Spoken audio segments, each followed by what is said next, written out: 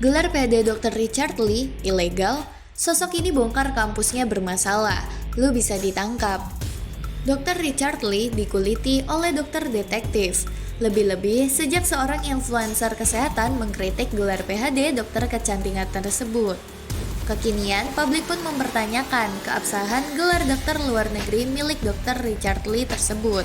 Diketahui, Richard Lee baru-baru ini mengungkapkan bahwa ia telah meraih gelar PhD dari Atlantic International University, sebuah institusi yang kini ramai dibicarakan karena kontroversi seputar legalitasnya. Banyak netizen pun mempertanyakan universitas tempat Richard menempuh pendidikan doktoralnya sebab kampus tersebut diketahui memiliki sejumlah kasus dan masalah yang kompleks. Influencer kesehatan bernama Felix juga berkomentar terkait gelar PhD Dr. Richard. Lewat akun TikTok-nya, Felix Zulhendri PhD menjelaskan bahwa gelar doktoralnya dari AIU bermasalah dan dianggap ilegal di beberapa wilayah, seperti negara bagian Texas, Amerika Serikat. Felix menyebutkan bahwa AIU bahkan pernah dituntut oleh State of Hawaii karena dugaan praktik penipuan.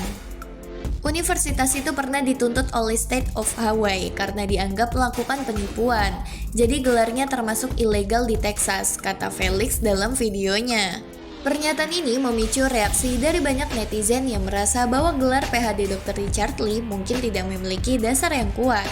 Felix juga menambahkan bahwa siapapun yang menggunakan gelar dari AIU di wilayah Amerika Serikat berpotensi melanggar hukum dan bisa menghadapi masalah serius.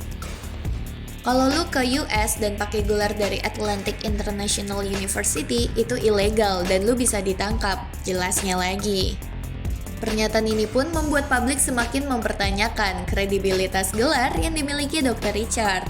Di tengah ketegangan ini, Felix mengimbau netizen untuk berhati-hati dalam menilai kredensial seseorang, khususnya di era digital yang memudahkan akses informasi. Kenapa kita begitu bodoh? Di zaman sekarang tinggal search aja, langsung ketahuan kredensial kita itu apa, ujarnya.